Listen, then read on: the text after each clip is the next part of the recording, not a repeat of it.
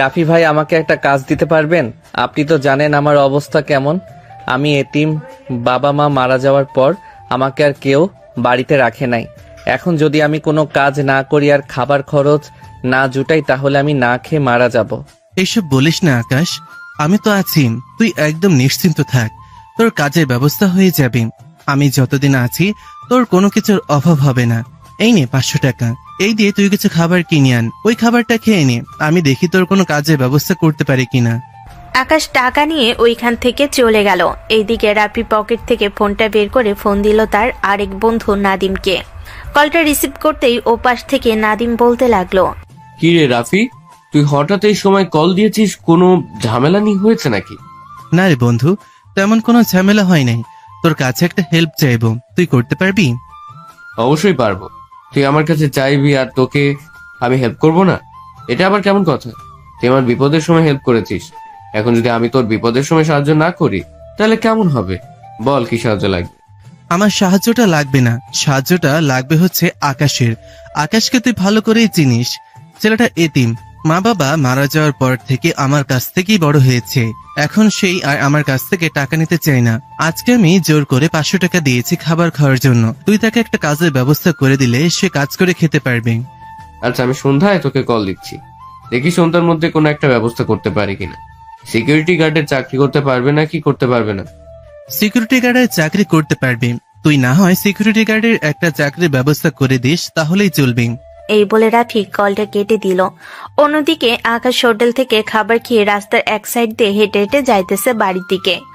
এমন সময় হুট করে কোথা থেকে যেন একটা গাড়ি এসে আকাশকে ধাক্কা মেরে ফেলে দিয়ে চলে যায়। পায়ে প্রচন্ড ব্যথা পেয়েছে আকাশ। কোন রকম হেঁটে আসলো রাফির দোকানের সামনে। আকাশের এই রকম অবস্থা দেখে রাফি বলতে লাগলো, কিরে আকাশ, তোর আবার কি হয়েছে? এইভাবে হাঁটছিস কেন? পায়ে ব্যথা পেয়েছিস নাকি? আসলে রাফি ভাই, খাবার খেয়ে আসার সময় হঠাৎ একটা গাড়ি আমাকে ধাক্কা মেরে দিয়ে ফেলে চলে গেছে। পায়ে প্রচন্ড ব্যথা পেয়েছি, পা ফুলে গেছে। কি বলিস? তোর উপরে শুধু বিপদ আর বিপদ। যাই হোক, এখানে বস, আমি বরফানার ব্যবস্থা করছি। এই বলে রাফি চলে গেল একটা দোকানে। বেশ কিছুক্ষণ পর বরফ এনে বলতে লাগলো, এই বরফটা পায়ে লাগাতে থাক, নাদিম আসুক, এরপরে দেখি কিছু একটা ব্যবস্থা করব। এই বলে রাফি চলে আসলো দোকানের ভিতরে। দেখতে দেখতে সন্ধ্যা হয়ে আসলো। সন্ধ্যা 7টা। নাদিম আর আকাশ বসে আছে। এমন সময় নাদিম বলতে লাগলো, আকাশ, তোমার চাকরি কনফার্ম হয়ে গেছে। সিকিউরিটি গার্ডের চাকরি করতে হবে তোমাকে। 1 সপ্তাহ নাইট আর 1 সপ্তাহ ডে, প্রত্যেক মাসে 10,000 করে টাকা দিবে। চলবে তো তোমার? হ্যাঁ নাদিম ভাই, চলবে। আল্লাহ আপনাকে ভালো রাখুক। আপনি সবাইকে সাহায্য করেন, দোয়া করি আপনার ব্যবসা ভালো হোক। এ নাও বাসার ঠিকানা। কালকে সকাল সকাল ওই বাড়িতে চলে যাবে। ওই বাড়িতে গিয়ে আমার নাম বললেই তারা তোমাকে বলবে কি কি করতে হবে। ঠিক আছে ভাই, এখন তাহলে আমি বাসার দিকে যাই। এই বলে আকাশ কোন রকম হাঁটতে হাঁটতে চলে আসলো তাদের বাসায়। বাড়িটাও ভাড়া নিয়ে থাকে আকাশ। বিছানায় চুপচাপ শুয়ে আছে আর মনে মনে বলতেছে, আমার জীবন কি এইভাবেই চলবে নাকি আমার জীবন পরিবর্তন হবে? এতিম ছেলের জীবন আবার পরিবর্তন হয় নাকি? যাক, কাজ পেয়েছি, একটা কাজ করব আর খাবো। এইসব চিন্তা ভাবনা করতে করতে আকাশ ঘুমিতে সে পাড়ি জমালো। পরের দিন সকাল সকাল ঘুম থেকে উঠে রেডি হয়ে চলে আসলো ওই বাড়ির সামনে। কয়েকবার কলিং বেল দিতেই একটা মেয়ে এসে দরজা খুলে দিল। আকাশকে দেখে ধমক দিয়ে বলতে লাগলো, এই মিয়া, সকাল সকাল আরেকজনের বাসায় এসে কলিং বেল দিতেছেন কেন? আপনার কি জ্ঞান বুদ্ধি বলতে কিছুই নেই? আসলে ম্যাডাম, এই বাড়িতে আমি সিকিউরিটি গার্ডের চাকরি করতে এসেছি। নাদিম ভাই আমাকে পাঠিয়েছে। আপনার নাম আকাশ? হ্যাঁ, আমার নাম আকাশ। ভেতরে আসেন, এসে বসেন। আব্বু নিচে নামতেছে। এরপরে কি করতে হবে কি কি করতে হবে না সবকিছু আব্বু আপনাকে জানিয়ে দিবে। জেরিন এই বলে চলে আসলো তার রুমে। এইদিকে আকাশ চোপাই বসে আছে।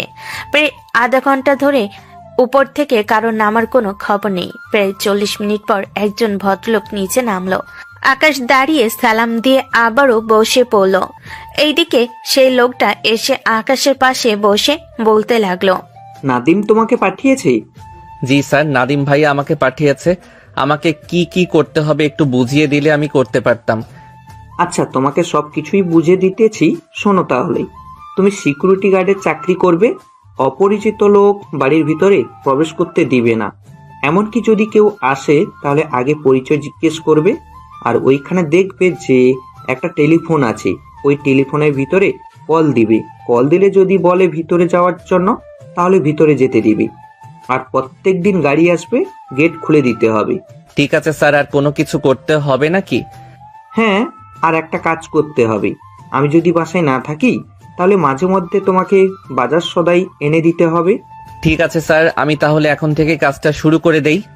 এই বলে আকাশ চলে আসলো বাহিরে, হাতে ছোট একটা লাঠি। চুপচাপ চেয়ারে বসে আছে আর বাড়িটার দিকে বারবার তাকাচ্ছে।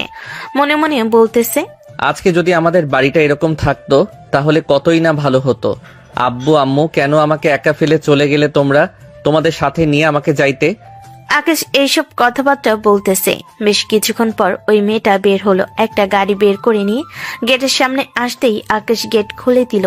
মেয়েটা যেই বাহিরে বের হতে যাবে এমন সময় বলতে লাগলো, কিরে, আমি যে বাইরে বের হচ্ছি আমাকে সালাম দিলি না তুই? তুই জানিস না নাকি আমাকে যে সালাম দিতে হয় এবং এই বাড়ির প্রত্যেককে সালাম দিতে হয়? আগে কখনো সিকিউরিটি গার্ডের কাজ করিস নাই নাকি? না ম্যাডাম, আগে কখনো সিকিউরিটি গার্ডের কাজ করি নাই।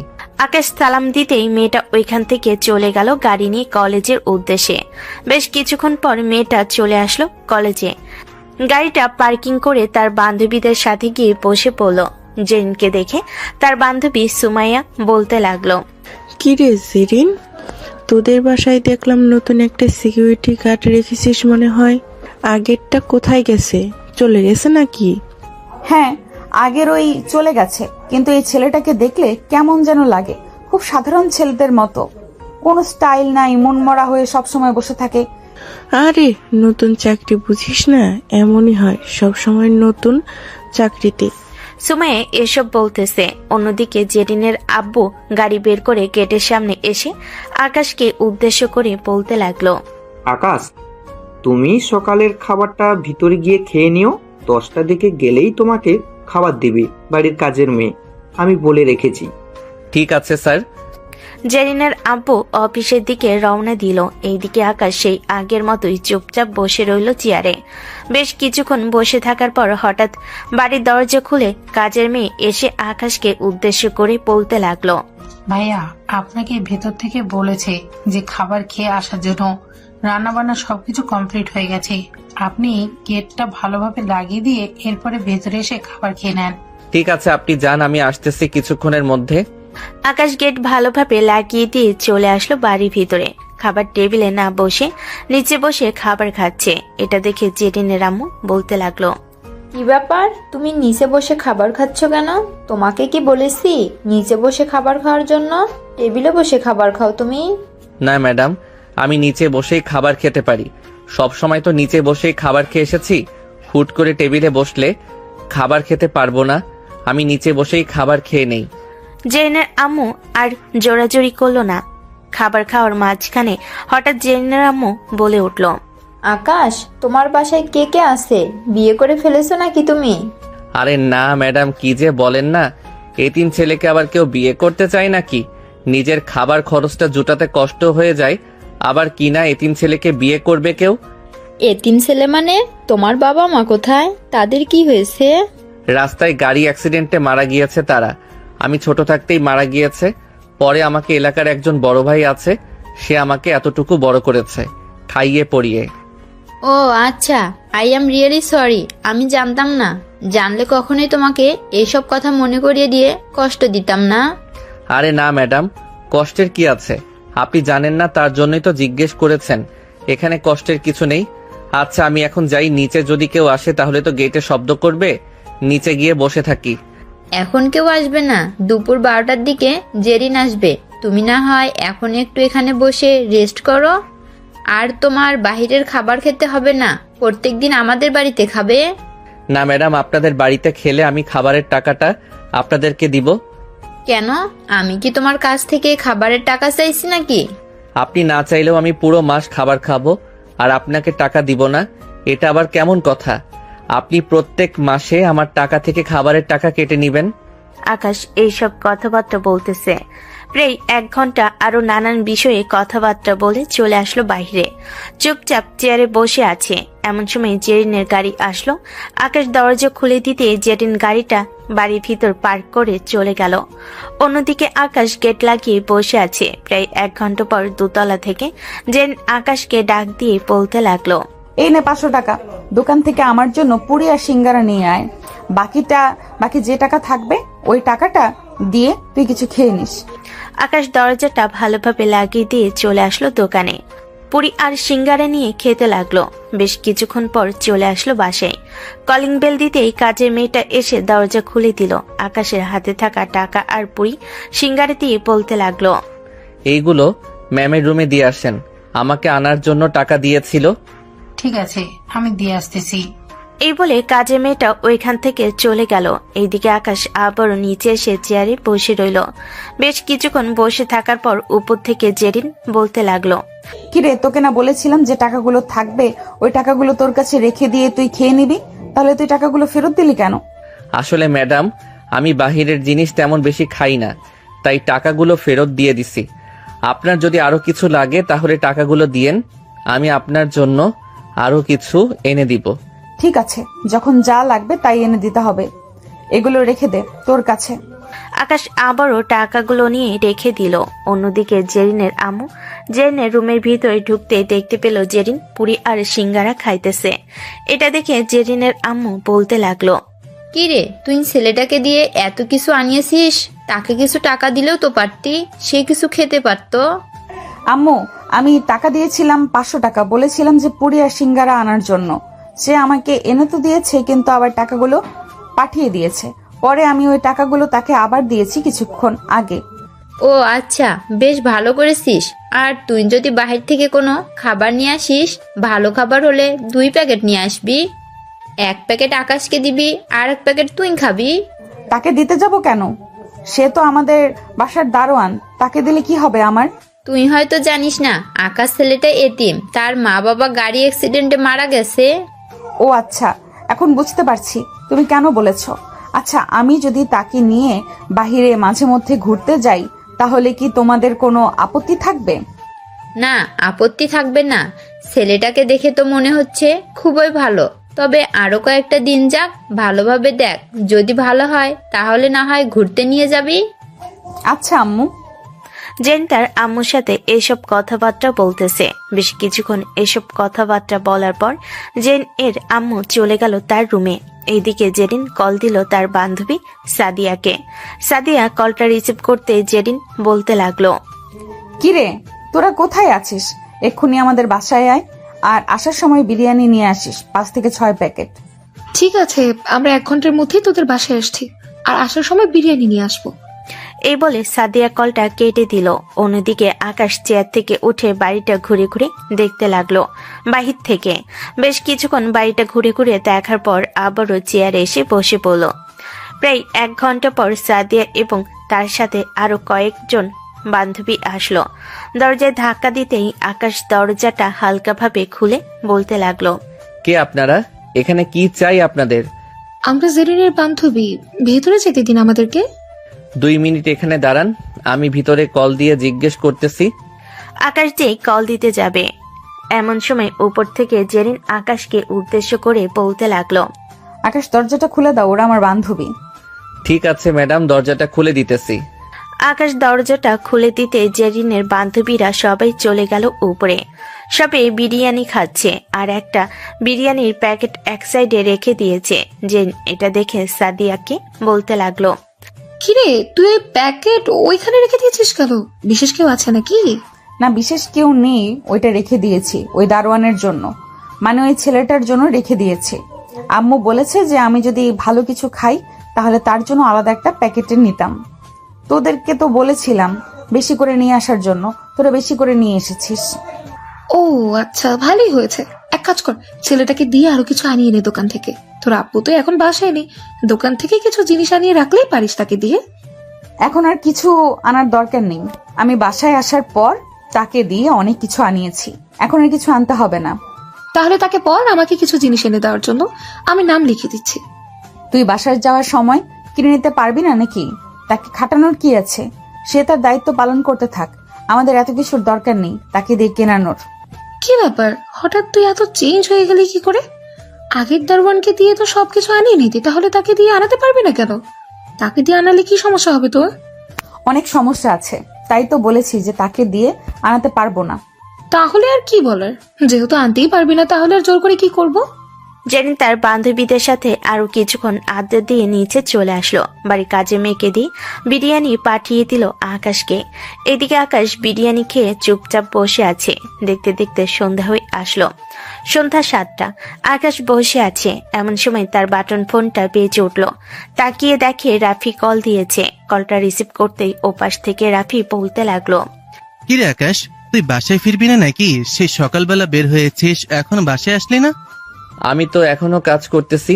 দেখি কিছুক্ষণ পর স্যার আসলে স্যারকে বলে বাসায় চলে যাব। আচ্ছা, তাহলে তুই বাসায় যাওয়ার সময় আমার সঙ্গে দেখা করে যাস, আমি দোকানে থাকবো। ঠিক আছে ভাইয়া। এই বলে রাফি কলটা কেটে দিল। বেশ কিছুক্ষণ যাওয়ার পর জেনের আব্বু আসলো। আকাশ জেনের আব্বুর সামনে দাঁড়িয়ে বলতে লাগলো, স্যার রাত তো অনেক হয়েছে, এখন আমি বাসায় চলে যাই। বাসায় যেতে হবে কেন? তোমাকে কাজের মেয়েটা রুম গুছিয়ে দেয় নাই নাকি? আমি তো তাকে বলে গিয়েছিলাম তোমাকে তোমার রুমটা গুছিয়ে দেওয়ার জন্য। আমাকে কি এই বাড়িতে থেকে কাজ করতে হবে? তোমাকে এই বাড়িতে থেকে কাজ করতে হবে। আমি তো আজকে কোনো কিছুই আনি নাই। আজকে বাসায় চলে যাই, কালকে সবকিছু নিয়ে আসবো। ঠিক আছে, তাহলে তুমি আজকে বাসায় চলে যাও, কালকে তোমার সকল জিনিসপত্র নিয়ে এখানে চলে আসবে। আকাশ জেনের আব্বুর কাছ থেকে বিদায় নিয়ে চলে আসলো রাফির দোকানের সামনে। এসে দেখে রাফি এখনো বসে আছে। আকাশকে দেখে রাফি বলতে লাগলো, আকাশ, আজকের কাজ কেমন হয়েছে? সবাই তোর সাথে ভালো ব্যবহার করেছে তো? হ্যাঁ রাফি ভাইয়া, সবাই আমার সাথে ভালো ব্যবহার করেছে, এমনকি আজকে আমাকে বিরিয়ানিও খাইয়েছে। কিন্তু তারা তো বলতেছে কাল থেকে নাকি তাদের বাসায় থাকার জন্য, তাদের বাসায় থেকে কাজ করতে। আমি প্রথমে মানা করেছিলাম, পরে তারা বলেছে যে তাদের বাসায় থেকেই কাজ করতে হবে। এখন আমি ভাবতেছি যে তাদের বাসায় চলে যাব। যেহেতু আরামের কাজ, তাহলে তো তোদের বাসা থেকেই কাজ করতে হবে।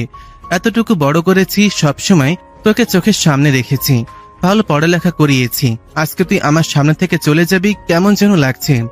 আচ্ছা যাই হোক, তুই এখন বাসায় যা, কালকে সকালে সবকিছু নিয়ে চলে যাস। আমি না হয় মাঝে মধ্যে দেখা করে আসবো তোর সাথে। আকাশ ওইখান থেকে চলে আসলো তার বাসায়। বিছানায় শুয়ে পড়তে কখন যে ঘুমিয়ে গেছে খেয়াল নেই। দেখতে দেখতে রাত পার হয়ে সকাল হলো। সকাল 7টা। আকাশ ঘুম থেকে উঠে ব্যাগপত্রগুলো একটা গাড়িতে নিয়ে চলে আসলো ওইখান থেকে জেরিনদের বাসায়। আস্তে আস্তে ব্যাগপত্রগুলো ভিতরে নিয়ে আসতে লাগলো। বেশ কিছুক্ষণের মধ্যেই সবকিছু বাড়ির ভিতরে নেওয়া হলো। আকাশ জেরিন এবং জেরিনের আব্বুকে বিদায় দিয়ে ভালোভাবে গেট লাগিয়ে দিয়ে চলে গেল তার রুমে। সকল কিছু গুছিয়ে গাছিয়ে আবারও চলে আসলো গেটের সামনে। এমন সময় বাড়ির কাজের মেয়েটা এসে আকাশকে উদ্দেশ্য করে বলতে লাগলো, ম্যাডাম বলেছে যে এই সব কিছু বাজার থেকে নিয়ে আসার জন্য, আর এই নেন টাকা। বাজারে সবকিছু নেয়ার পর যে টাকা বাকি থাকবে ওই টাকাগুলো বলেছে আপনার কাছে রেখে দেওয়ার জন্য। আমি টাকাগুলো রেখে দিলে তো এটা চুরি করা হয়ে যাবে। আমি টাকাগুলো রাখতে পারবো না। আপনি নিশ্চিন্তে থাকেন, আমি ম্যাডামের হাতে সবকিছু বুঝিয়ে দিব, টাকা এবং বাজার সদাই। এই বলে আকাশ ওইখান থেকে চলে আসলো বাজারে। যা যা লিস্ট করে দিয়েছিল সবকিছু নিয়ে আকাশ চলে আসলো বাসায়। কলিং বেল দিতে বাড়ি কাজে মেয়ে এসে দরজা খুলে দিল। সোফায় বসে আছে জেরিনের আম্মু। এদিকে আকাশ জেরিনের আম্মুর সামনে সবগুলো বাজার বুঝিয়ে দিতে লাগলো।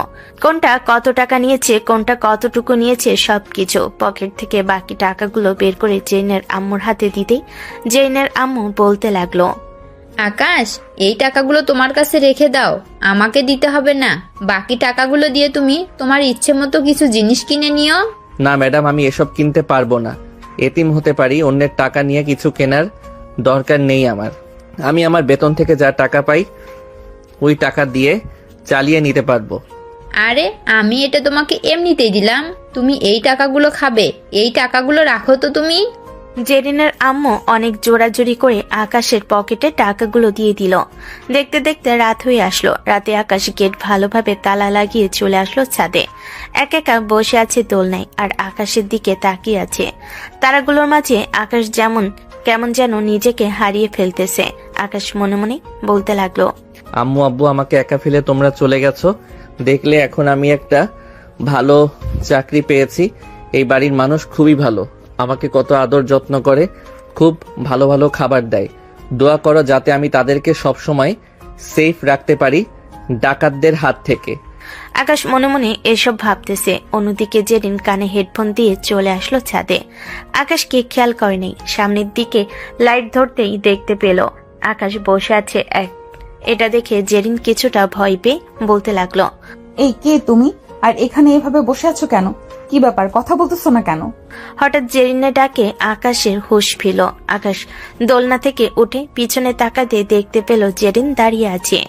আকাশকে দেখে জেরিন বলতে লাগলো, কি ব্যাপার আকাশ, তুমি এত রাতে এখানে কি করো? ঘরে ভালো লাগছিল না, তাই পাশের সিঁড়ি দিয়ে উপরে চলে এসেছি। আমি চলে যাইতেছি, আপনি বসে থাকেন। চলে যেতে হবে না, তুমি বসে থাকো, চলো গল্প করি। আকাশ জেরিনের পাশে চুপচাপ বসে আছে। বেশ কিছুক্ষণ বসে থাকার পর জেরিন আকাশকে উদ্দেশ্য করে বলতে লাগলো, আকাশ, তোমাকে কখনো কোনো মেয়ে প্রপোজ করে নাই? আর তুমি লেখাপড়া করো নাই নাকি? প্রপোজ করবে কি আমি এতিম, এই কথা জানলেই সবাই দূরে চলে যায়। আর আমি পড়ালেখা করেছি, অনার্স পাস করেছি, এরপরে আর পড়তে পারি নাই টাকার কারণে। তাই চাকরির জন্য কয়েকদিন ঘোরাঘুরি করেছিলাম, কিন্তু পাই নাই। পরে আরেকজনের মাধ্যমে আপনাদের বাসায় দারোয়ানের চাকরিটা পাইলাম। ও আচ্ছা, তাহলে তো তুমি খুব ভালো পড়ালেখা করেছো। দারোয়ানের চাকরি বাদ দিয়ে ভালো একটা চাকরি করলেও তো পারতে। বললাম না আপনাকে, অনেক জায়গায় ঘোরাঘুরি করেছিলাম কিন্তু চাকরি পাই নাই। এটার জন্যই তো দারোয়ানের চাকরিটা বেছে নিয়েছি। তবে এটা করতেছি, খুবই ভালো লাগতেছে। সারাদিন বসে থাকি, খুবই ভালো লাগে।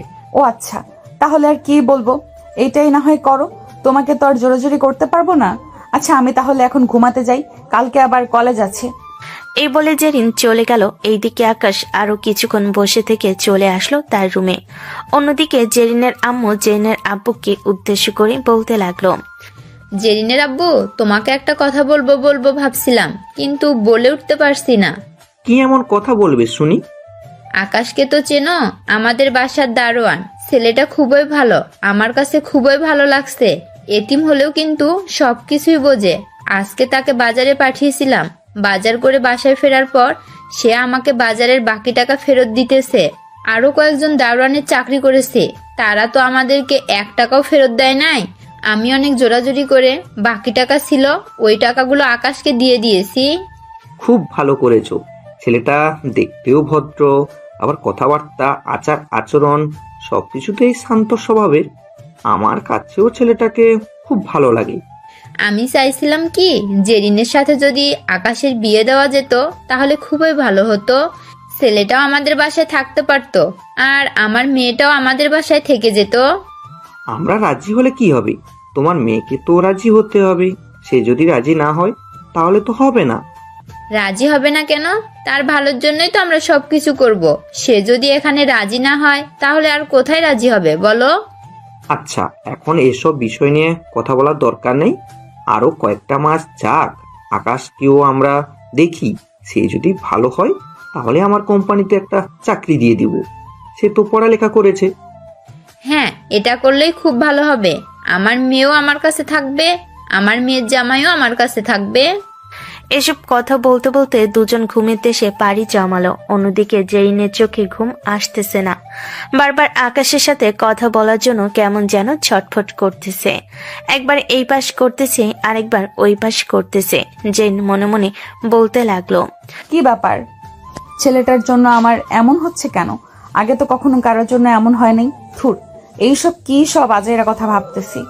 এসব কথা চিন্তা ভাবনা করতে করতে জেরিন ঘুমের দেশে পাড়ি জমালো। পরের দিন ঘুম থেকে উঠে ফ্রেশ হয়ে বসে আছে। এমন সময় জেরিনের ফোনটা বেজে উঠল। তাকিয়ে দেখে আখি কল দিয়েছে। কলটা রিসিভ করতেই ওপাশ থেকে আখি বলতে লাগলো, কিরে, কালকে তোকে কতবার কল দিলাম রাতের বেলা, তুই লাইনে থেকেও কল রিসিভ করিস নাই কেন? আরে আমি লাইনে ছিলাম না, রাতের বেলা ফেসবুকিং করতে করতে কখন যে ঘুমিয়ে গেছিলাম। পরে আর অফলাইন হতে মনে নাই, তখন মনে হয় তুই কল দিয়েছিস। কিছু বলবি নাকি? না, কিছু বলবো না, এমনিতেই জিজ্ঞেস করলাম আর কি তোকে। আখি জেরিনের সাথে কথা বলতেছে। বেশ কিছুক্ষণ কথাবার্তা বলার পর কলেজের জন্য রেডি হয়ে চলে আসলো নিচে। খাওয়া দাওয়া করে বাহিরে আসতেই দেখতে পেল আকাশ চেয়ারে বসে আছে, মুখটা কেমন যেন কালো হয়ে আছে। এটা দেখে জেরিন বলতে লাগলো, কি ব্যাপার আকাশ, তোমার কি কোথাও সমস্যা হচ্ছে নাকি? মুখ এইভাবে কালো হয়ে আছে কেন? তেমন কিছু না ম্যাডাম, হঠাৎ কালকে রাতে অনেক সময় জেগেছিলাম তো, আর ঠান্ডাও পড়েছে বাইরে থাকার কারণে, ঠান্ডা লেগে গেছে আর হালকা জ্বরও চলে এসেছে। ও আচ্ছা, তাহলে তুমি তোমার রুমে গিয়ে ঘুমিয়ে থাকো, দরজা লাগিয়ে দাও। সারাদিন তো আর বাড়িতে কেউ আসবে না, আব্বুও চলে গেছে। না ম্যাডাম, দরজা লাগালে চলবে না, হুট করে যদি কেউ আসে তাহলে তো দরজা খুলতে পারবো না, এখানে বসেই ঘুমাতে পারবো। আর ওষুধ খেয়ে নিয়েছি, সমস্যা নেই, সুস্থ হয়ে যাব তাড়াতাড়ি। আকাশ এইসব কথাবার্তা বলতেছে। বেশ কিছুক্ষণ এইভাবে কথাবার্তা বলার পর জেরিন চলে গেল কলেজে। এদিকে আকাশের শরীরটা খুবই খারাপ হয়ে আসতেছে। আকাশ আর বসে থাকতে না পেরে চলে আসলো তার রুমে, গায়ে কাঁথা দিয়ে শুয়ে পড়ল। কখন যে ঘুমিয়ে গেছে খেয়াল নেই। অন্যদিকে জেরিন কলেজে এসে সবার সাথে কথা বলতেছে, কিন্তু তার মন কেমন যেন ছটফট করতেছে। জেরিন তার ব্যাগের ভেতর থেকে ফোনটা বের করে ফোন দিল তার আম্মুকে, আর বলতে লাগলো, আম্মু, আকাশ খেতে এসেছিল নাকি? না, এখনো খেতে আসে নাই, হয়তো বাইরে থেকে খাবার খেয়ে নিয়ে এসে, তাকে তো কালকে টাকা দিয়েছিলাম।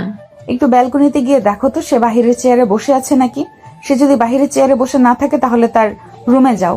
আমি আসার সময় দেখে এসেছিলাম তার জ্বর এসেছে আর ঠান্ডাও লেগেছে। তুমি একটু দেখে আসো। বাড়ির কাজের লোক হয়েছে তো কি হয়েছে, সে তো আমাদের বাসায় কাজ করে, আমাদের তো ছোটখাটো একটা দায়িত্ব আছে তার উপরে। হ্যাঁ আছে, আচ্ছা তুমি ফোনটা রাখ, আমি দেখে আসতেছি। এ বলে জেরিনের আম্মু কলটা কেটে দিয়ে চলে আসলো নিচে। এসে দেখে আকাশ চেয়ারে বসে নেই। এটা দেখে চলে আসলো আকাশের রুমে। এসে দেখে আকাশ বিছানায় কাঁথা মুড়ি দিয়ে শুয়ে আছে। জেরিনের আম্মু আকাশের মাথার কাছে এসে আকাশের মাথায় হাত দিতেই দেখতে পেল অনেক জ্বর চলে এসেছে। এটা দেখে জেরিনের আম্মু বাড়ির ভিতর এসে ফোনটা হাতে নিয়ে ফোন দিল জেরিনকে। এদিকে জেরিন কলটা রিসিভ করতে জেরিনের আম্মু বলতে লাগলো, তোর যদি কলেজে আজকে বেশি ইম্পর্টেন্ট ক্লাস না থাকে তাহলে তুই একটা ডাক্তার নিয়ে বাসায় চলে আয়, আকাশের জ্বর ক্রমশ বেশি আসতেছে। আচ্ছা আম্মু, আমি কিছুক্ষণের মধ্যে আসতেছি। এই বলে জেরিন কলটা কেটে দিয়ে তার গাড়িটা নিয়ে চলে আসলো একটা হাসপাতালে। একজন ভালো ডাক্তার নিয়ে চলে আসলো তাদের বাসায়।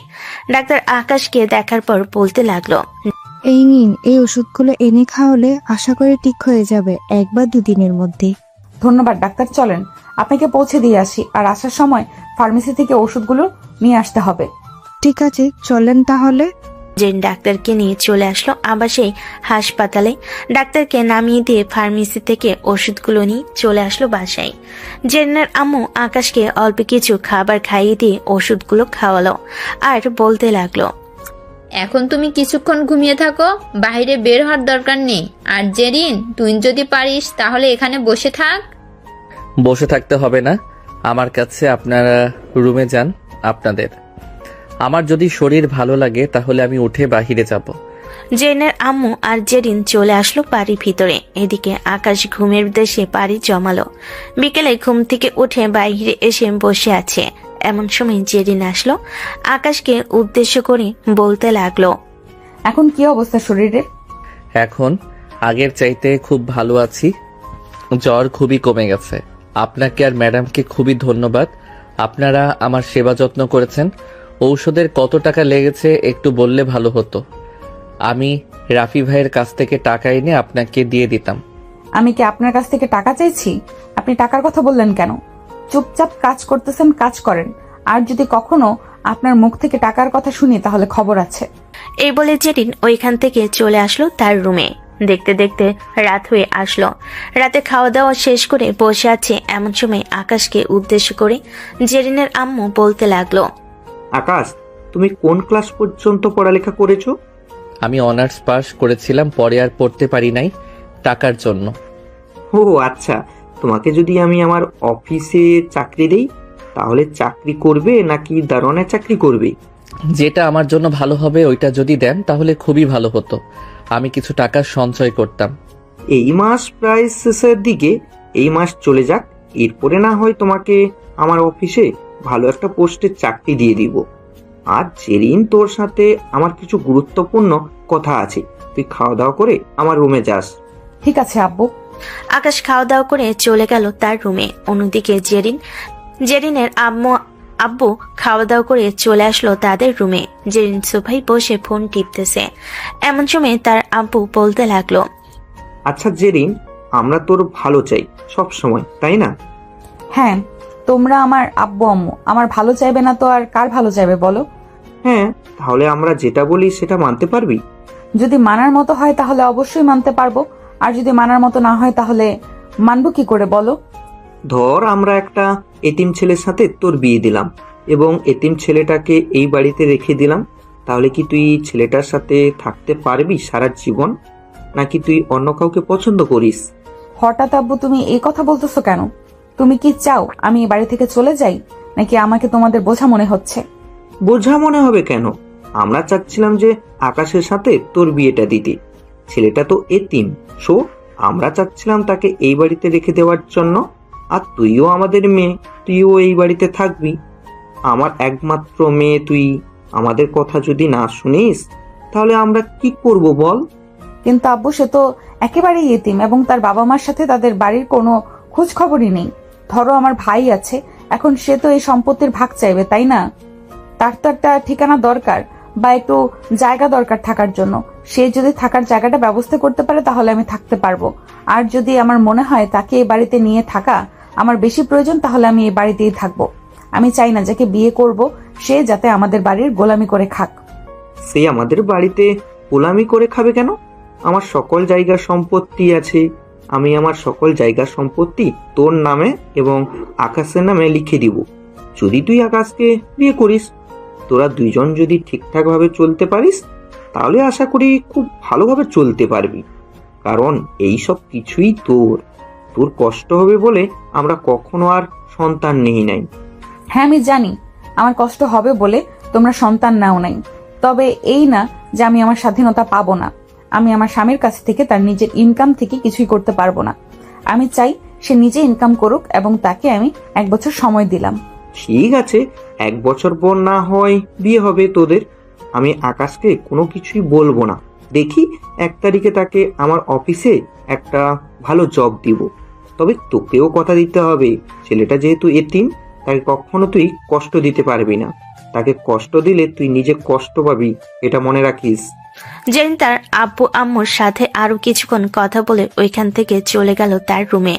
বেশ কিছুক্ষণ যাওয়ার পর জেরিনের আব্বু বলতে লাগলো, শুনেছো জেরিনের আম্মু জেরিনের কথাগুলো? হ্যাঁ শুনলাম, তোমার মেয়ে যা বলেছে তা তো যুক্তিকর কথা।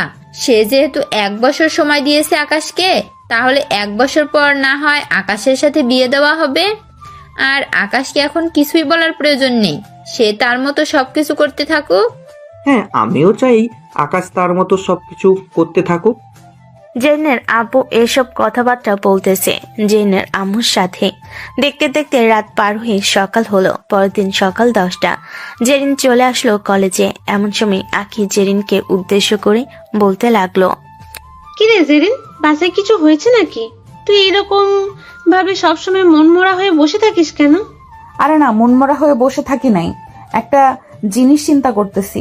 আব্বু আম্মু চাইতেছে আমাদের বাসার দারোয়ান আছে না, নাম আকাশ ছেলেটা, তার সাথে আমার বিয়ে দিতে। কি বলছিস এসব? তুই কি পাগল হয়েছিস? তাকে বিয়ে করলে তো তুই কোনো কিছুই পাবি না। না তো আছে তার বাবা মার পরিচয়, না তো আছে তার বাবা মার জায়গা বাড়ি ঘর। তাহলে তুই তার কাছে গিয়ে কোন ভরসায় কি করবি? আমিও তো এইসব চিন্তা ভাবনা করতেছি, তবে আব্বুকে 1 বছরের সময় দিয়েছি আর বলেছি যে সে যদি 1 বছরের মধ্যে কিছু করতে পারে তাহলে আমি তাকে বিয়ে করতে পারবো, আর যদি 1 বছরের মধ্যে কিছু না করতে পারে তাহলে আমি তাকে বিয়ে করব না। আর একটু ভেবে চিন্তে দেখিস, ছেলেটা এমনিতেও এতিম। ধর তুই প্রেগনেন্ট, এখন তোর দেখাশোনা কে করবে যদি তোর শ্বশুর শাশুড়ি না থাকে? আচ্ছা তোকে আমি কিছু কথা বলি। ধর আমার শ্বশুর আমার বিয়ের 2 মাস পর মারা গেছে, আমার শাশুড়ি রয়েছে, আমি আর আমার জামাই চিন্তা ভাবনা করেছি 2 থেকে 3 বছর পর বেবি নিব। এখন যদি এই 2 থেকে 3 বছরের মধ্যে আমার শাশুড়িও মারা যায় তাহলে কিন্তু আমরা 2 জন থাকবো। আকাশকে দেখে মনে হয় সে খুবই দায়িত্বশীল এবং খুবই ভালো ছেলে। আমি মনে করি যে তাকে যদি বিয়ে করি, যদি আমার কখনো কোনো কিছু হয় তাহলে সে অবশ্যই আমার খেয়াল রাখতে পারবে। আর যদি এমনটা না হয় তাহলে কখনোই খেয়াল রাখতে পারবে না। একদম ঠিক বলেছিস জেরিন, তুই যা চিন্তা ভাবনা করেছিস, যদি এভাবেই চিন্তা ভাবনা করে 1 বছরের মধ্যে আকাশের অল্প একটু জায়গা এবং বাড়ি করতে পারিস, তাহলে ওই বাড়িতে থাকতে পারবি। আর তুই তো তোর আম্মু আব্বুর একমাত্র মেয়ে, তোর আব্বু আম্মু তো অবশ্যই তোকে আলাদা রাখবে না। আকাশ যেহেতু এতিম ছেলে, তোরা চাইলে একসাথেই থাকতে পারবি, কি বলিস? হ্যাঁ, আমার আব্বু আম্মু বলেছে সে যদি আমি যদি তাকে বিয়ে করি তাহলে আমরা সবাই একসাথেই থাকবো। তাহলে তো সমস্যার সমাধান হয়ে গেছে, এখানে আর কি করবি তুই? জেরিন তার বান্ধবীদের সাথে কথা বলতে বলতে চলে আসলো ক্লাসরুমে। দেখতে দেখতে এইভাবে কেটে গেল 2টি মাস। আকাশ 1 মাসে দারোয়ানের চাকরি করেছে, খাবার খরচ বাকি, হালকা পাতলা খরচ দিয়ে তার কাছে 6,000 টাকা রয়েছে এবং যে 1 মাস অফিসে চাকরি করেছিল ওই 1 মাসের পুরো টাকাই রয়ে গেছে। রাতে সবাই একসাথে খাবার খাইতেছে, এমন সময় জেরিন আকাশের দিকে তাকালো। আকাশ চুপচাপ বসে খাবার খাচ্ছে, কিন্তু কোনো কিছু বলতেছে না। বেশ কিছুক্ষণ এইভাবে চুপচাপ বসে খাবার খাওয়ার পর হঠাৎ করে আকাশ বলতে লাগলো, আচ্ছা আঙ্কেল, আমি যদি অল্প একটু জায়গায় রাখি তাহলে কত টাকার মধ্যে রাখতে পারবো? আপনার কি ধারণা আছে? হ্যাঁ, ধারণা তো আছেই। তুমি যদি অল্প একটু জায়গা রাখো তাহলে সর্বোচ্চ 5 থেকে 6 লক্ষ টাকা লাগবে। কেন, জায়গা রাখতে চাও নাকি? হ্যাঁ, জায়গা তো রাখতে চাই, কিন্তু আমার এই 30,000 টাকা বেতন দিয়ে তো জায়গা রাখা যাবে না। 1 বছরের ভিতর 5 থেকে 6 লক্ষ টাকা জমাতে পারবো না। হ্যাঁ, এটা ঠিক বলেছো। আচ্ছা, তুমি এত কিছু চিন্তা করো না। কালকে সকালে একটু তাড়াতাড়ি অফিসে যেতে হবে। তুমি এখন গিয়ে ঘুমিয়ে পড়ো। ঠিক আছে, আমি যাইতেছি। এ বলে আকাশ চলে আসলো তার রুমে। বিছানায় শুয়ে পড়তে কখন যে ঘুমিয়ে গেছে খেয়াল নেই। এদিকে জেরিনের আম্পু জেরিনকে উদ্দেশ্য করে বলতে লাগলো, জেরিন, আকাশ তো ঠিকই বলেছে। সে 30,000 টাকা বেতন পেয়ে 1 বছরের ভিতরে তো কোনো কিছু করতে পারবে না। তুই কি বলিস? আমি আর কি বলবো, 1 বছর যাক, এরপরে ভেবে চিন্তে দেখবো কি করা যায়। এত তাড়াহুড়ো করার দরকার নেই। মাত্র 1 মাস গেছে, আরো 11 মাস হয়েছে। জেরিন তার আব্বুর সাথে আরো কিছুক্ষণ কথাবার্তা বলে চলে আসলো তার রুমে। বিছানায় শুয়ে আছে আর মনে মনে বলতেছে, আকাশ তো একদম ঠিক কথাই বলেছে। সে 1 বছরে তো অল্প একটু জায়গা রাখতে পারবে না। তবুও জায়গা রাখুক আর না রাখুক, 1 বছর পর যেহেতু কথা দিয়েছি তাকে বিয়ে করব, তার মানে বিয়ে করব আমি। জেরিন এসব কথাবার্তা বলতে বলতে ঘুমের দেশে পাড়ি জমালো। পরের দিন ঘুম থেকে উঠে ফ্রেশ হয়ে বসে আছে আকাশ এবং জেরিনের আব্বু সকাল সকাল অফিসের উদ্দেশ্যে বের হয়ে গেছে। এমন সময় জেরিনের আম্মু জেরিনের কাছে এসে বলতে লাগলো, কি রে, খাবার খাবি না নাকি আজকে কলেজে যাবি না?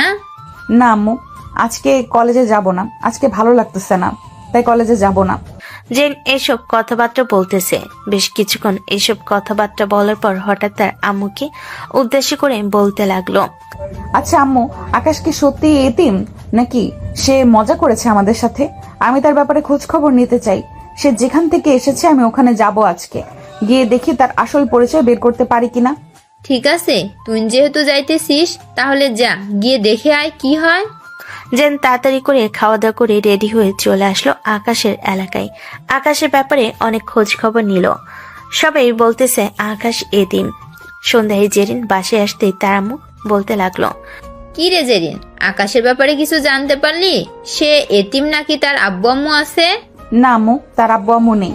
জেরিনের আম্মু জেরিনের সাথে এসব কথা বলতেছে। বেশ কিছুক্ষণ এসব কথাবার্তা বলার পর জেরিন বলতে লাগলো, আচ্ছা আমি এখন রুমে গেলাম, ফ্রেশ হয়ে আসতেছি, খুব ক্ষুধা লাগছে। এ বলে জেরিন চলে গেল রুমে। বেশ কিছুক্ষণ পর ফ্রেশ হয়ে নিচে এসে দেখে আকাশ এবং তার আব্বু চলে এসেছে। এদিকে আকাশ নিচে বসে না থেকে তার রুমে গিয়ে ফ্রেশ হয়ে বসে আছে। এমন সময় তার ফোনটা বেজে উঠলো। তাকিয়ে দেখে রাফি কল দিয়েছে। কলটা রিসিভ করতে ও পাশ থেকে রাফি বলতে লাগলো, কিরে আকাশ, কেমন আছিস? অনেকদিন তো হয়েছে, তুই এদিকে আসিস না। ফোন দিলে তেমন বেশিরভাগ রিসিভও করিস না, ভুলে গেছিস নাকি?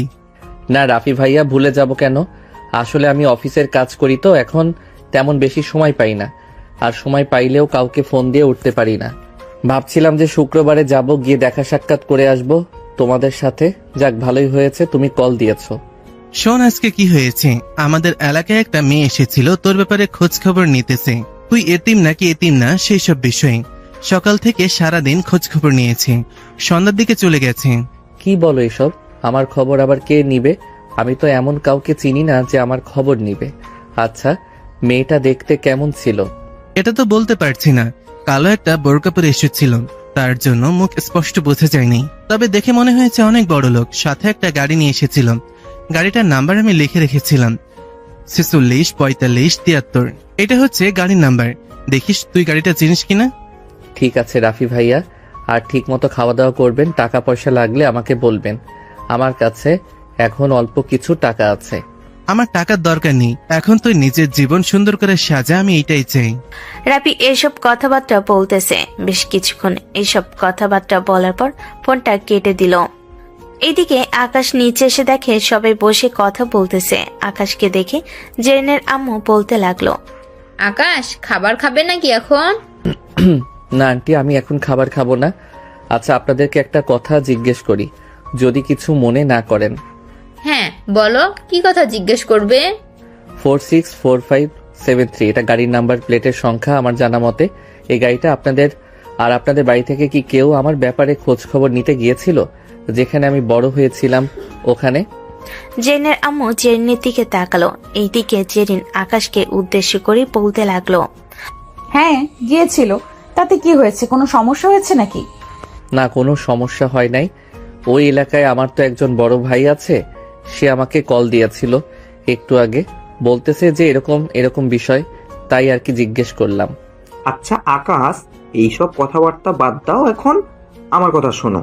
কালকে তোমার আর অফিসে যাওয়ার দরকার নেই, কালকে তেমন বেশি কাজ থাকবে না, আমি একাই সামলে নিতে পারবো। তুমি জেরিনের সাথে জেরিনের খালাদের বাসা থেকে ঘুরে আসবে। জেরিন কালকে তুই আকাশকে নিয়ে তোর খালাদের বাসা থেকে ঘুরে আসবি। ঠিক আছে আব্বু, আমি না হয় কালকে আকাশকে নিয়ে আমার খালামণিদের বাসায় থেকে ঘুরে আসব। আকাশ চুপচাপ তাদের কথা শুনতেছে, কিন্তু কোনো রেসপন্স করতেছে না, কারণ সে কোনো রেসপন্স করতে পারবে না এখানে। সে তাদের বাসায় খাওয়া দাওয়া করে এমনকি থাকে। তারা চাকরিও দিয়েছে, তারা যা বলে তাই করতে হবে। দেখতে দেখতে রাত 11টা বেজে গেল। সবাই খাওয়া দাওয়া করে সবাই সবার রুমে চলে গেল। এদিকে আকাশ চুপচাপ বসে আছে। বেশ কিছুক্ষণ বসে থাকার পর আকাশ মনে মনে বলতে লাগলো, আমার ব্যাপারে মনে হয় জেরিন খোঁজ খবর নিয়েছে, কিন্তু সে কেন আমার ব্যাপারে খোঁজ খবর নিতে যাবে? কেউ তো আর কারো ব্যাপারে এমনি এমনি খোঁজ খবর নেয় না, হয়তো দরকার পড়েছে তাই খোঁজ খবর নিয়েছে। যাই হোক, আমি এখন ঘুমাই। এই বলে আকাশ ঘুমিয়ে সে পাড়ি জমালো। পরের দিন ঘুম থেকে উঠে ফ্রেশ হয়ে বসে আছে। এমন সময় জেরিন আসলো। আকাশকে চুপচাপ বসে থাকতে দেখে বলতে লাগলো, রেডি হয়ে নেন, আমরা 2 থেকে 3 দিন থাকবো। এতদিন যদি থাকি তাহলে অফিস দেখাশোনা করবে কে? অফিস তো দেখাশোনা করার দরকার, স্যার তো একা অফিস দেখাশোনা করতে পারবে না। আপনাকে অফিসে নিয়ে চিন্তা করতে হবে না, অফিস আব্বু দেখে নিবে, সাথে ম্যানেজার আছে, তারাও দেখতে পারবে। আপনি আমার সাথে চলেন, 10 মিনিটের মধ্যে ব্যাগপত্র গুছিয়ে ফেলবেন। এই বলে জেরিন চলে গেল তার রুমে। বেশ কিছুক্ষণ অপেক্ষা করার পর আকাশ রেডি হয়ে বাইরে চলে আসলো। এইদিকে জেরিনও রেডি হয়ে বাইরে চলে এসেছে। দুইজন খাওয়া দাওয়া করে চলে আসলো বাইরে। আকাশ জেরিনের পাশে বসে আছে। এদিকে জেরিন ড্রাইভিং সিটে বসে ড্রাইভ করতেছে। হঠাৎ জেরিন তার একটা হাত আকাশের হাতের উপরে রাখলো। আকাশ তাড়াতাড়ি করে তার হাতটা সরিয়ে ফেল। এটা দেখে জেরিন বলতে লাগলো, হাত সরিয়ে ফেলেছেন কেন? আমি কি আপনাকে বলেছি হাত সরিয়ে ফেলার জন্য? আপনি তো বলেন নাই, কিন্তু আমি ভাবছি হয়তো কোথাও টিপ দিবেন তাই হাত সরিয়ে ফেলেছি। জেরিন গাড়িটা স্লো করে চালাতে লাগলো আর বাম হাতে আকাশের হাত ধরার চেষ্টা করতেছে। এটা দেখে আকাশ বলতে লাগলো, কি ব্যাপার, আপনি আমার হাত ধরার চেষ্টা করতেছেন কেন?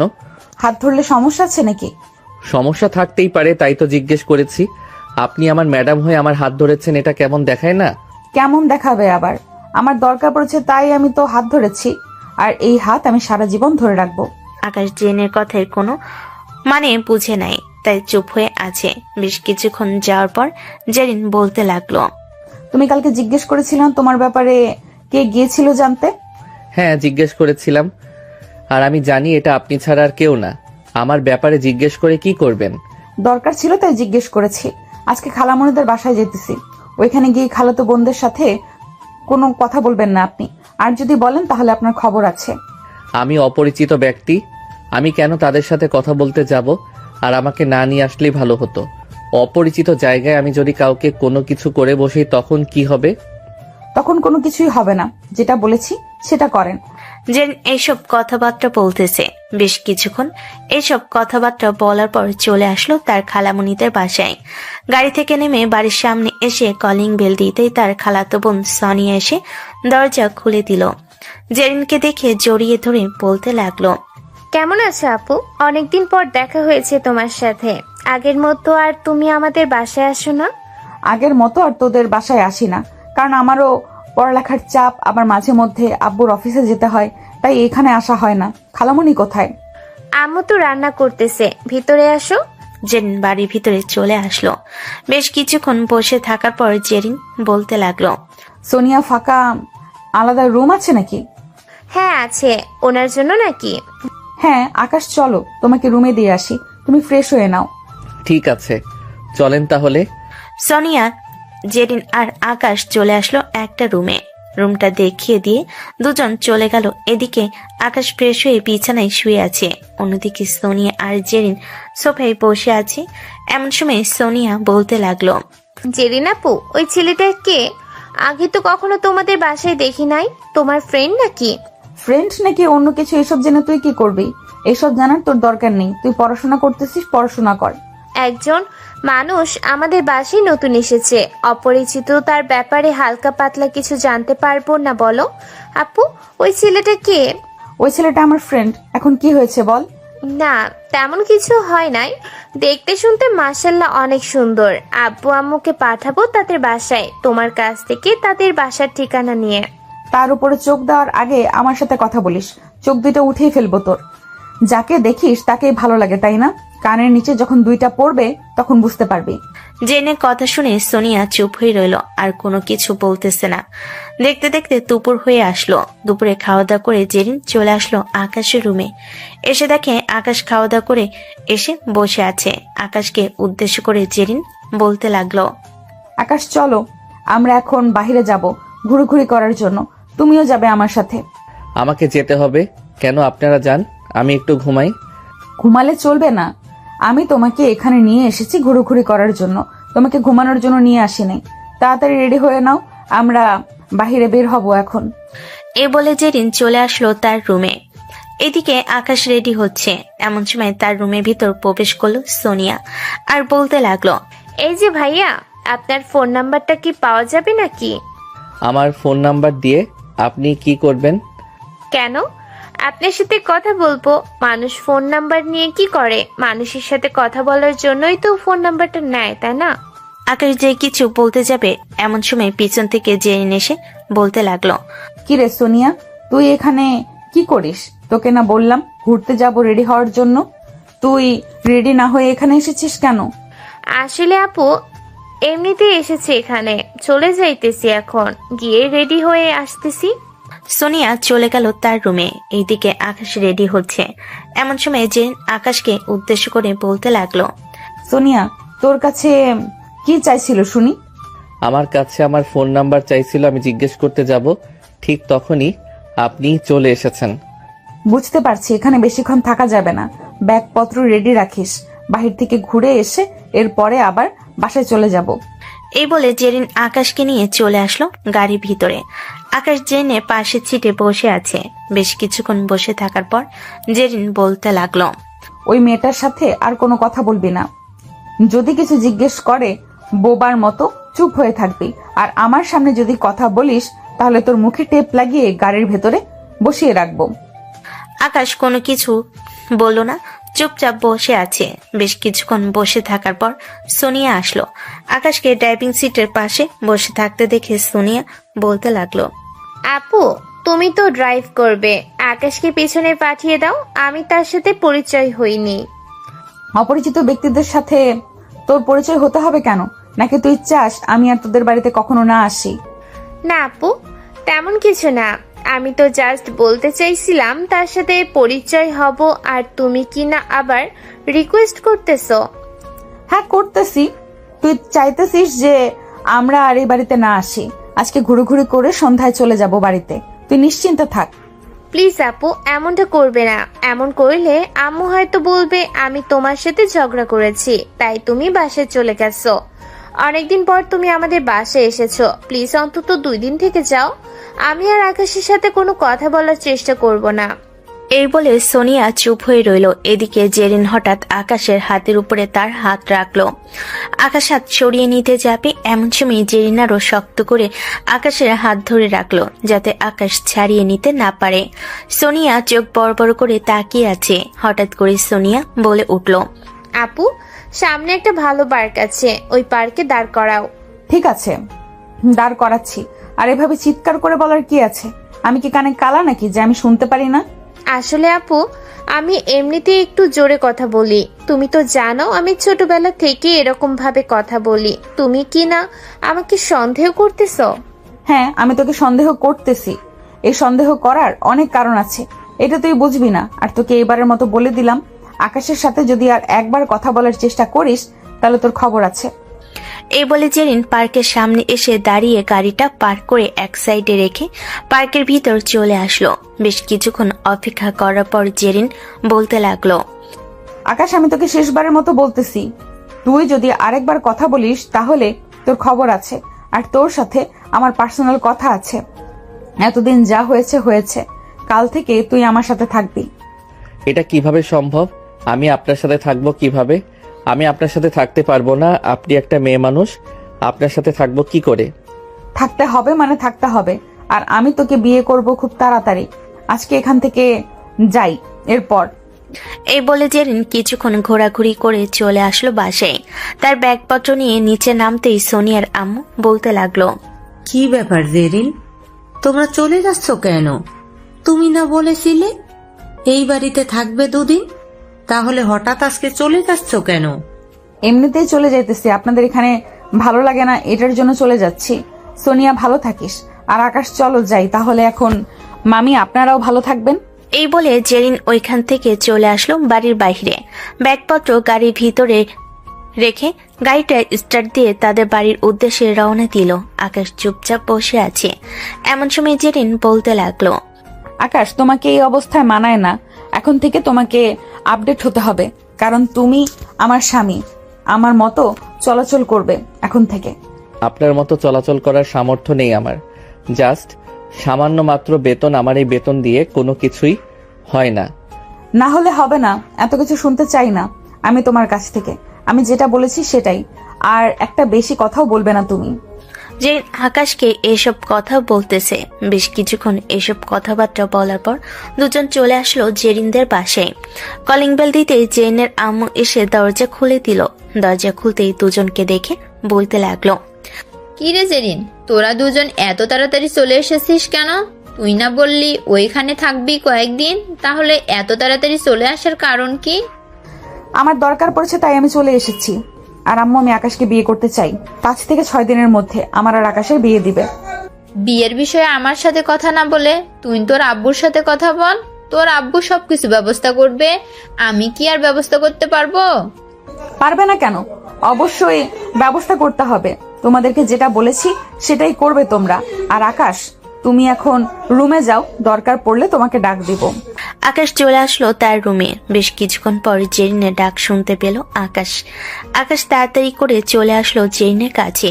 এসে দেখে জেরিন তার আব্বুর সামনে বসে আছে।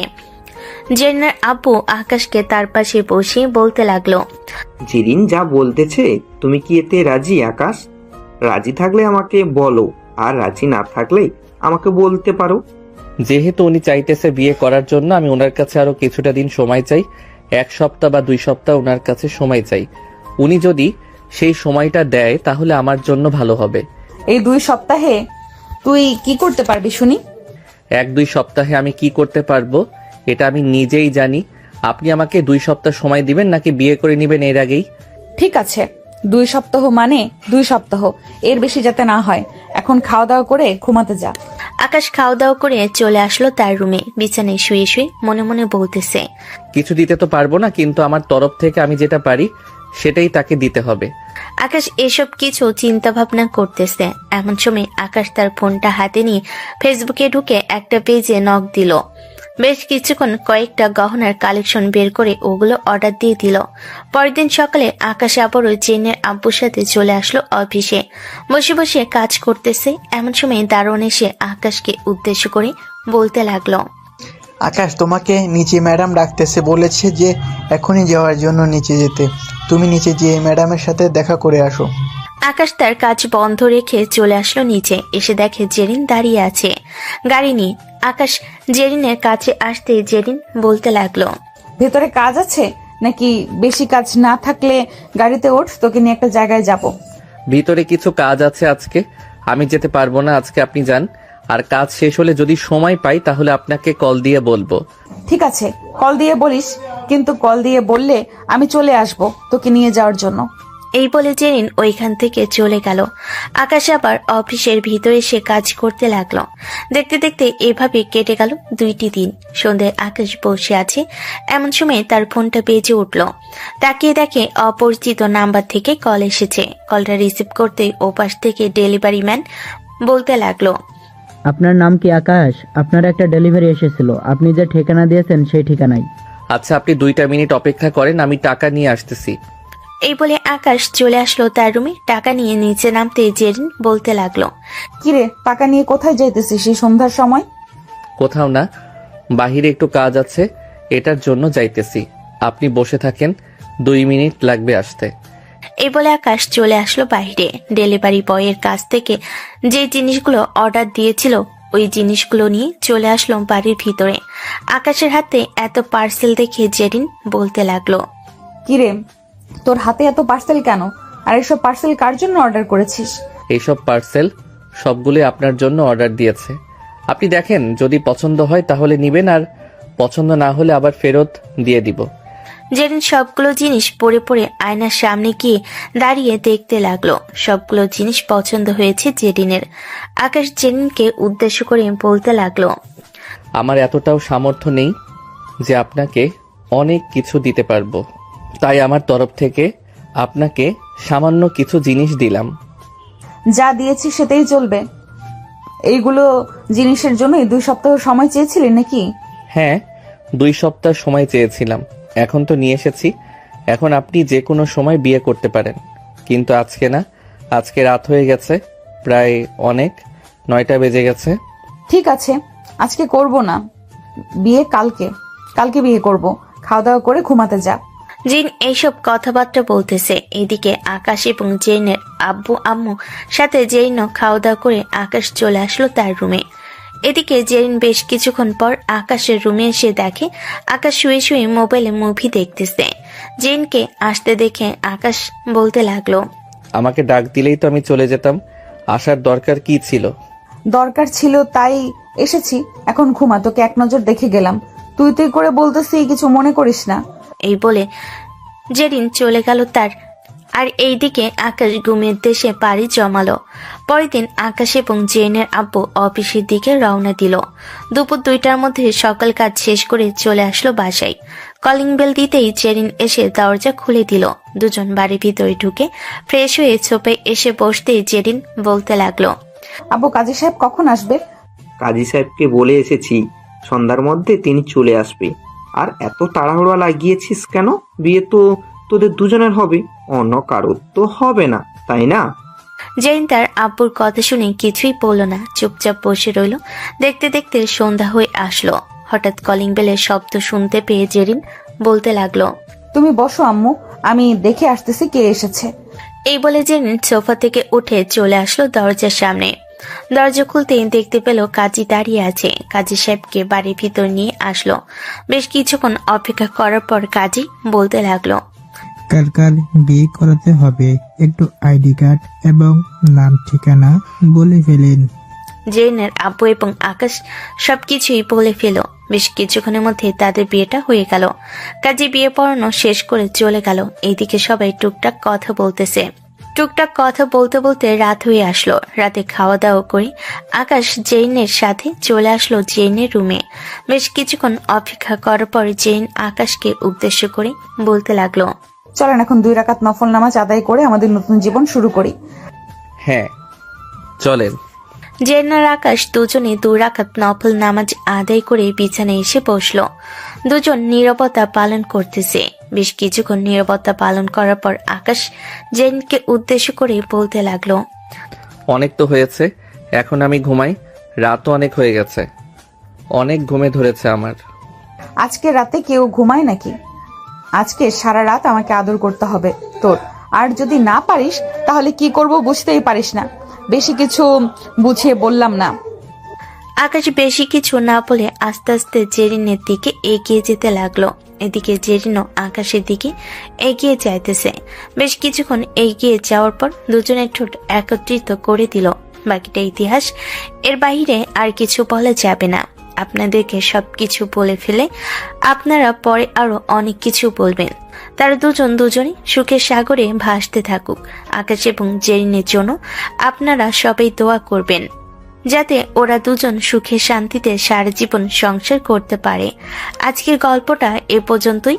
সবাই ভালো থাকবেন, সুস্থ থাকবেন। ধন্যবাদ।